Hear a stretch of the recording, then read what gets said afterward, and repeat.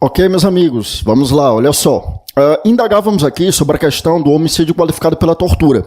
Dizíamos que se o agente tem um dolo de matar e a tortura é o meio que ele vai empregar para conseguir ali o seu intento, nós teríamos homicídio qualificado pela tortura. Por outro lado, se o dolo dele é de torturar e ele acaba matando a vítima sem intenção, né, naquela hipótese de homicídio pré-terdoloso, ou melhor, perdão, de crime pré-terdoloso, aí nós teríamos a tortura qualificada pela morte. Né? A tortura qualificada pela morte é um crime pré-terdoloso. E aí indagávamos, e aquela situação em que o sujeito muda o dolo no meio do caminho? Ele quer torturar e em determinado momento ele muda de ideia e ele quer matar, né? Nesse caso, nós temos uma hipótese de progressão criminosa. Ele começa com uma prática criminosa, com um dolo, né? Porque, veja, a conduta até pode ser a mesma, é torturar. Aí ele tortura porque ele quer torturar. Depois ele continua a torturar, mas porque ele quer matar e a tortura é o meio para matar. Então a conduta é a mesma. O que muda no meio do caminho é o dolo. E isso faz com que a gente tenha uma progressão criminosa. Porque eu começo com um crime X e eu mudo no meio do caminho para o crime Y. Nesse caso da progressão criminosa, ele vai responder pelo crime mais grave. E o crime menos grave, que até então estava ocorrendo, que era a tortura, ele é absorvido como uma espécie de antefacto impunível. De modo que, nesse caso, se ele começa com o dolo de torturar e depois ele muda de ideia e ele passa a ter o dolo de matar, ele vai responder pelo crime de homicídio, o homicídio qualificado pelo emprego da tortura, tá bom? Bom, meus amigos, olha só, volta comigo aqui para a tela. Bom, voltando aqui ainda para o inciso de número 3, então dizíamos, né, com emprego de veneno, que a gente já disse que é o benefício, aí depois fogo, explosivo, asfixia, tortura, já comentamos tudo isso, e aí a gente prossegue porque está escrito então, ou outro meio insidioso ou cruel, ou de que possa resultar perigo comum. Então, ou outro meio insidioso ou cruel, ou de que possa resultar perigo comum. Então a gente tem algumas situações, né? Hipótese de homicídio que pode acabar ocasionando ali perigo comum. Então imagina a hipótese ali em que o sujeito de algum modo despeja uma substância tóxica em determinado ambiente para matar. Claro, a depender da toxicidade haveria uma asfixia, né? Mas a depender da substância tóxica, não. O sujeito pode morrer de alguma outra forma, mas seria aqui um meio que pode ocasionar perigo comum, né? Imagina espalhar uma substância tóxica em determinado ambiente. Tem-se entendido, tem precedente do STJ já nesse sentido, na hipótese da prática de golpes reiterados, né? Golpes reiterados, né? Tava procurando a palavra aqui que me havia fugido. Os golpes reiterados. Então imagina um sujeito que vai matar o outro a pauladas. Não estou me referindo a uma lesão corporal qualificada pela morte, que seria a hipótese em que o sujeito tem um dolo de lesionar, é o animus ledendi, e a morte ocorre de forma culposa. Aí seria a lesão corporal qualificada pela morte. Não é disso que nós estamos falando. Estamos falando de uma hipótese em que realmente o dolo é de matar, ele quer matar mediante o emprego de pauladas, e esses golpes reiterados, essa prática reiterada, pode caracterizar ali modalidade de homicídio qualificado pelo meio cruel, né? Porque imagina, matar paulada e vai batendo, então a crueldade da conduta realmente, né? Então assim, só para a gente trazer aqui alguns exemplos, para a gente lembrar dessa parte final do inciso 3, porque é mediante emprego de veneno, fogo, explosivo, asfixia, tortura, mas pode haver outros casos da qualificadora, porque o código fala, né, ou outro meio insidioso, ou cruel, ou de que possa resultar perigo comum, tá? Por isso que a gente procurou trazer aqui alguns exemplos, como o primeiro da substância tóxica e o segundo aqui dos golpes reiterados, né? Essa dos golpes reiterados, inclusive com precedente do STJ, como nós mencionávamos. Volte comigo aqui para a tela, meus amigos, que mais? Aí veja só, aí o inciso de número 4, ele fala aqui no homicídio praticado à traição, de emboscada ou mediante dissimulação ou outro meio, ou outro recurso que dificulte ou torne impossível a defesa do ofendido. Bom, primeiro eu quero trazer aqui essa questão do homicídio à traição. Esse homicídio à traição, ele é chamado, vou colocar aqui embaixo, ele é chamado também de, eu vou colocar a expressão em latim, tá? É homicidium proditorium. Homicidium proditorium, ou a gente pode aportuguesar o homicidium e ficar homicídio proditorium. Então, mas a expressão é essa, proditorium, é o homicídio mediante emprego da traição. Então, é o homicídio mediante traição. E essa hipótese do inciso 4, e aí a hipótese toda, não só a traição, mas a emboscada, a dissimulação, ele é chamado também, vou escrever aqui, de homicídio. Não, aqui não vai ficar legal. Vou colocar aqui do lado. É o homicídio procustiano. O homicídio procustiano, tá? Vou colocar aqui, só um minuto, o homicídio procustiano. Vamos lá. Homicídio, agora sim, homicídio procustiano. Tá, vamos lá. Por que homicídio procustiano? Homicídio procustiano vem realmente de Procusto. Procusto é um personagem mitológico. Na mitologia grega tinha esse personagem Procusto, que era uma pessoa que tinha uma casa que ficava na beira de uma estrada e ele oferecia a guarida para os viajores. Então os viajantes vinham cansados, esfomeados, e ele oferecia comida, ele oferecia ali uma cama para que a pessoa pudesse dormir, etc. e tal. E a pessoa agradecida ia, aceitava a hospitalidade dele.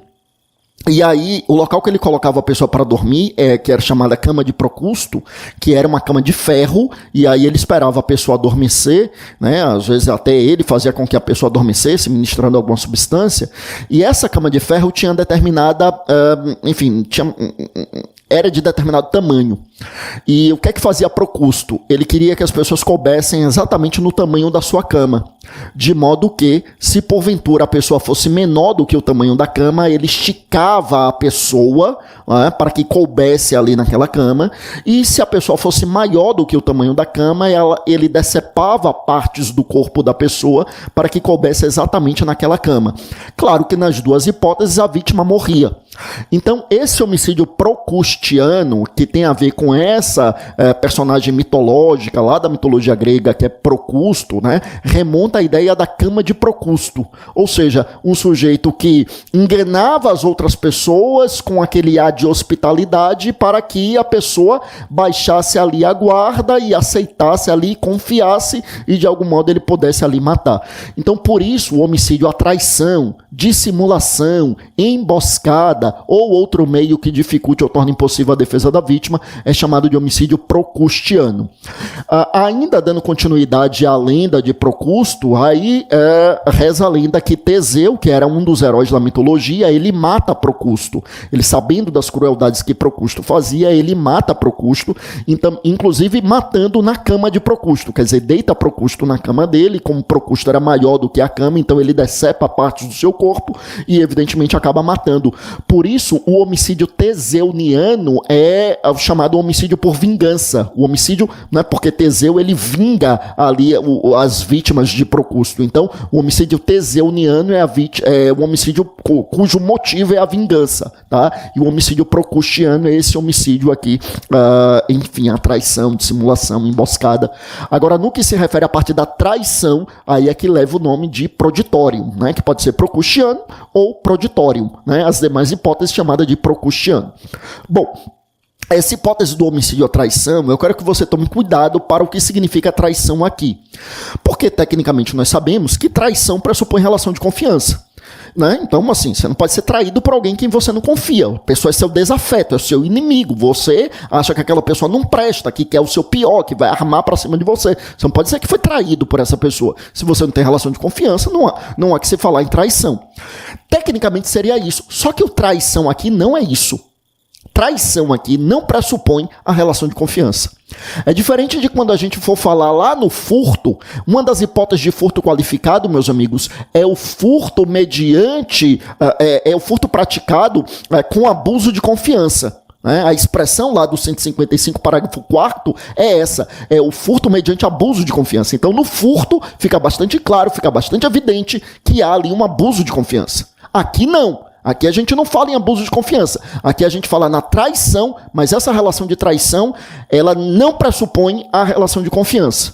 Por que não? Porque a gente precisa interpretar essa expressão traição, volte comigo aqui para a tela, no contexto de todo o sentido do inciso 4. Né? Então, voltando aqui para a leitura do inciso 4, veja então aí que aí está escrito que é o homicídio à traição, de emboscada, ou mediante dissimulação, ou outro meio, ou outro recurso que dificulte ou torne impossível a defesa do ofendido. Então, o que é traição aqui? Traição nada mais é do que um dos recursos que dificulta ou torna impossível a defesa do ofendido. É isso que é traição para os parâmetros do inciso de número 4. É por isso, meus amigos, que se considera homicídio à traição, por exemplo, o chamado tiro pelas costas. O tiro pelas costas é um crime à traição porque é um crime em que se dificulta ou torna impossível a defesa da vítima, tá bom? Agora veja, lembra que o tiro pelas costas, que é qualificado pela traição, é diferente do tiro nas costas. Tá? Tiro pelas costas é aquele em que realmente pegou o sujeito pelas costas, pegou desprevenido, a pessoa não sabia, etc. E isso é qualificado. É diferente de uma hipótese em que, por exemplo, os dois estão discutindo, um deles pega a arma, o outro sai correndo e o outro atira, aí não é a traição. Aí o tiro pode ter sido nas costas, mas não foi tecnicamente pelas costas, porque não foi a traição, não foi pegando o sujeito desprevenido, ao contrário, a vítima já tinha percebido e já estava tentando fugir, tá? Mas é isso, então a traição, um exemplo de traição é esse exemplo do tiro pelas costas. Perceba, não pressupõe relação de confiança entre o atirador e a vítima, tá? A vítima era um desafeto do atirador, mas não tinha visto o atirador chegar, o atirador chega de surpresa e atira pelas costas, homicídio qualificado pela traição. Bom, aí nós temos a emboscada, né? Então aí é autoexplicativo, então esperar a pessoa passar, estou ali de tocaia, enfim, né? Espera a pessoa passar e aí atira na pessoa, então é homicídio mediante emboscada.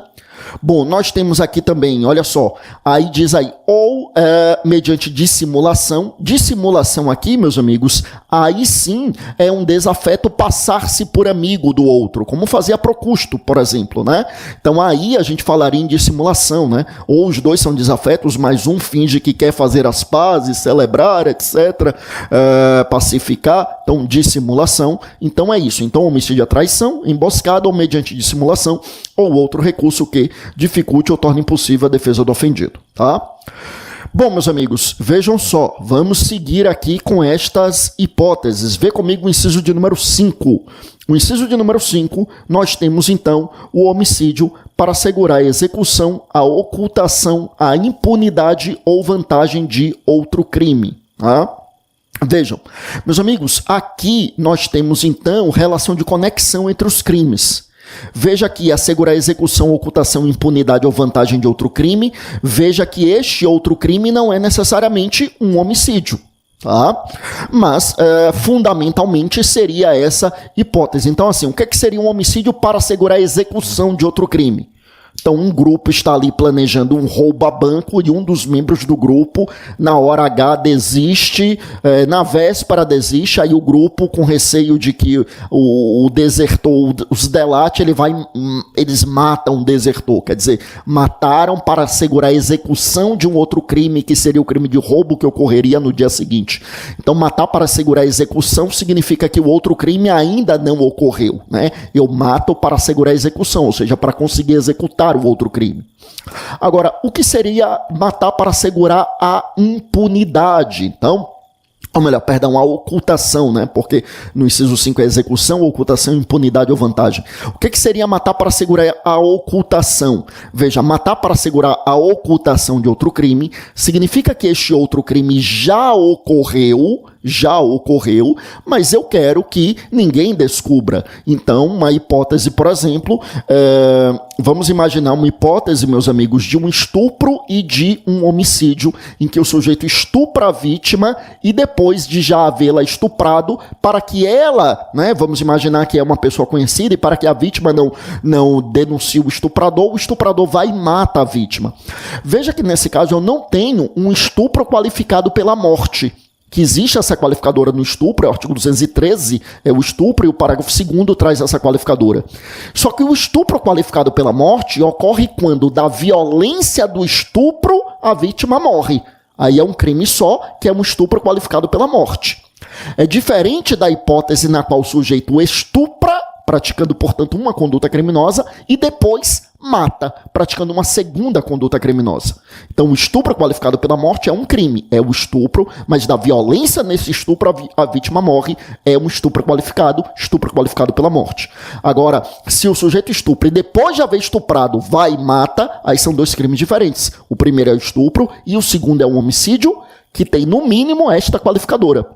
É a qualificadora aqui da situação em que ele mata para assegurar a ocultação do crime anterior, que foi o estupro, tá?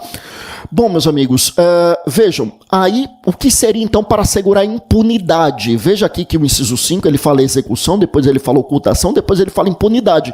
Qual a diferença entre a ocultação e a impunidade? Veja, na ocultação, como o próprio nome indica, o crime ainda está oculto. Significa dizer, ninguém sabe ainda. Ele mata para que ninguém descubra. Como, por exemplo, um sujeito estuprou e depois ele mata a vítima. Não tinha testemunha, não tinha ninguém, ele mata a vítima. Ou seja, para que ninguém descubra o crime. Tá? Na impunidade, para assegurar a impunidade, é quando o crime já foi descoberto, mas aqui é a famosa queima de arquivo. É, por exemplo, matar a testemunha. Quer dizer, o crime já foi descoberto. E tanto já foi descoberto que vamos imaginar que já tem uma investigação em andamento ou já tem um processo penal em andamento. Aí o sujeito mata a testemunha. Quer dizer, ele não está matando para assegurar a ocultação, porque o crime já não está oculto, ele já foi descoberto. Ele mata para assegurar aqui a impunidade do outro crime, tá? Bom, e por fim aqui, para assegurar a vantagem, vamos imaginar a hipótese de dois ladrões. Os dois ladrões, então, eles cometem o crime de roubo e na hora de repartir o produto do crime, vamos imaginar que um mata o outro para ficar com a vantagem integral do crime. Seria matar para assegurar a vantagem. Tá? Então procuramos aqui trazer exemplos de todas as hipóteses de assegurar a execução, a ocultação, a impunidade ou a vantagem de outro crime. Tá? Bom, aí a gente encerra as primeiras 5 hipóteses de qualificadora, né? Que tem aí a pena de reclusão de 12 a 30 anos. Todas as hipóteses de homicídio qualificado terão a mesma pena, de reclusão de 12 a 30 anos. Tá? Agora veja, eu citei no começo que são 7 qualificadoras. São 7. Essas 5 são as 5 clássicas. As 5 que existem desde a redação originária do Código Penal, lá em 1940. De 2015 em diante, aí surgiram outras 2 qualificadoras, que foi o feminicídio e o chamado homicídio funcional. Feminicídio, eu repito, e o chamado homicídio funcional, tá?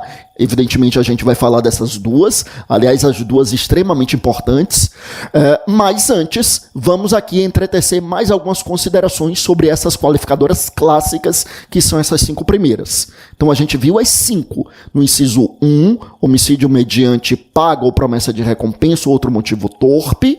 No inciso de número 2 é o motivo fútil. No inciso de número 3 é o homicídio mediante emprego de veneno, fogo explosivo, asfixia ou tortura, ou outro meio insidioso, ou cruel, ou de que possa resultar perigo comum.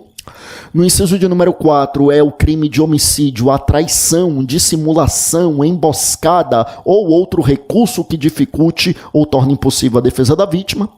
E no inciso de número 5 é o homicídio para assegurar a execução, ocultação, impunidade ou vantagem de outro crime, as 5 qualificadoras clássicas do parágrafo 2º. Como eu já antecipei, teremos mais 2 qualificadoras, que serão o feminicídio e o homicídio funcional, mas daqui a pouco a gente chega nelas. Primeiro, volte comigo aqui para a tela, eu quero te lembrar o seguinte. Eu quero te lembrar, meus amigos, que aqui nessas hipóteses de qualificadoras, nós temos a pena de reclusão de 12 a 30 anos e pode acontecer de termos mais de uma qualificadora ao mesmo tempo, acontecendo aquilo que a imprensa vive chamando de homicídio duplamente qualificado, triplamente qualificado, pode acontecer, né? Então, assim, o sujeito ele tinha um motivo torpe e aí ele matou a vítima mediante tortura e ainda foi ali a traição, né? Quer dizer, ou, sei lá, uma dissimulação, né? Então ele tinha um motivo torpe, ele queria matar o pai para ficar com a herança. Aí ele torturou o pai até a morte e ele veio com a dissimulação. Ele era brigado do pai e fingiu fazer as pazes para ter acesso à casa do pai. Quer dizer, eu tenho pelo menos 3 qualificadoras, né? O motivo torpe, o emprego da tortura e a dissimulação. Motivo torpe no inciso 1, a tortura no inciso 3 e a dissimulação no inciso de número 4. Lembra que essa história de duplamente qualificado ou triplamente qualificado, isso não existe. Isso não existe. O homicídio não tem como ser qualificado mais de uma vez. Lembra comigo que a qualificadora é justamente essa alteração dos parâmetros mínimo e ou máximo da pena, né? Então, a pena que era de 6 a 20 passa a ser de 12 a 30. Então, a pena mínima e a pena máxima poderia ser ou uma ou outra, mas poderiam ser as duas, como é no caso. Então, a pena mínima e a pena máxima em abstrato são alteradas. Era de 6 a 20, passa a ser de 12 a 30. A isso, meus amigos, nós então chamamos de modalidade qualificada. O homicídio não vai ser qualificado mais de uma vez. Então, o que é que acontece se eu tenho 2 ou 3 qualificadoras? Eu não tenho um duplamente qualificado, triplamente qualificado, isso não existe. O que acontecerá é que uma das hipóteses vai qualificar o crime e as demais serão utilizadas como circunstâncias agravantes. E se não houver previsão da circunstância agravante, ela valerá como circunstância judicial. A agravante, você lembra, está no artigo 61 do Código Penal, e se não couber ali como agravante, vai caber como circunstância judicial as circunstâncias lá do artigo 59 do Código Penal. Só que quando a gente vai para as agravantes do artigo 61, ela quase que repete na íntegra as hipóteses do parágrafo 2º do artigo 121. É quase a repetição na íntegra. Por que eu digo quase a repetição na íntegra? Porque a diferença, a pequeníssima diferença, é que na hipótese do artigo 61, que é equivalente ao inciso de número 3, que aqui fala no emprego de fogo, veneno, explosivo, asfixia, tortura, aí lá no artigo 61 não tem a asfixia. Então lá não tem asfixia, mas tem fogo, veneno, explosivo, tortura, né? Mas não tem asfixia, né? Fora isso, todas as hipóteses aqui, todos os casos dos 5 primeiros incisos são replicados lá no artigo 61 do Código Penal, quando trata das agravantes. Então, tendo mais de uma qualificadora, uma delas vai servir para qualificar o crime e as demais serão consideradas como agravantes. Se não puderem ser qualificadas como agravantes, por não caberem no artigo 61, como no caso da asfixia, então poderia caber ali como circunstância judicial do artigo 59 do Código Penal. Tá bom? Maravilha, meus amigos. Volta comigo aqui para a tela, ainda teremos ainda mais considerações sobre essa questão da modalidade qualificada ou não, mas eu volto aqui com vocês para o seguinte, veja bem. Dito isto, ainda temos aqui mais algumas questões importantes, que são o seguinte. Olha, meus amigos, o homicídio pode ser qualificado e privilegiado ao mesmo tempo? Quer dizer, a gente viu aqui as 3 hipóteses de homicídio privilegiado, né? O impelido por motivo de relevante valor moral, relevante valor social, ou sob domínio de violenta emoção logo em seguida e justa provocação da vítima. São as 3 hipóteses em que a gente teria o chamado homicídio privilegiado. E vimos 5 das 7 hipóteses de homicídio qualificado. Vimos de forma aprofundada, minuciosa, criteriosa as 5 primeiras. As outras 2 ainda avaliaremos de forma criteriosa, mas a gente já antecipou que constituem o feminicídio e também o o homicídio funcional. Tá, olha bem.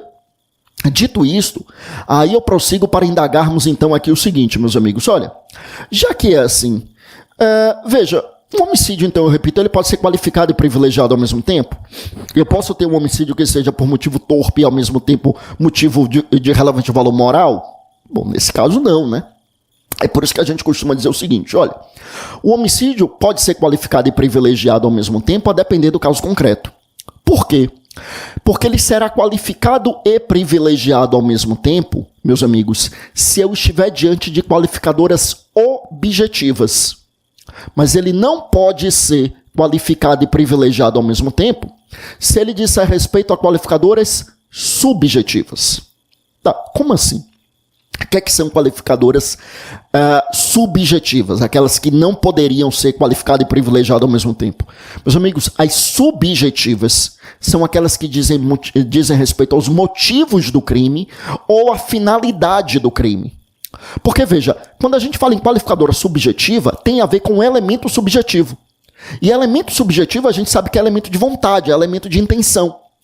Por isso, qualificadora subjetiva, eu repito, é aquela que diz respeito a motivo do crime e finalidade do crime.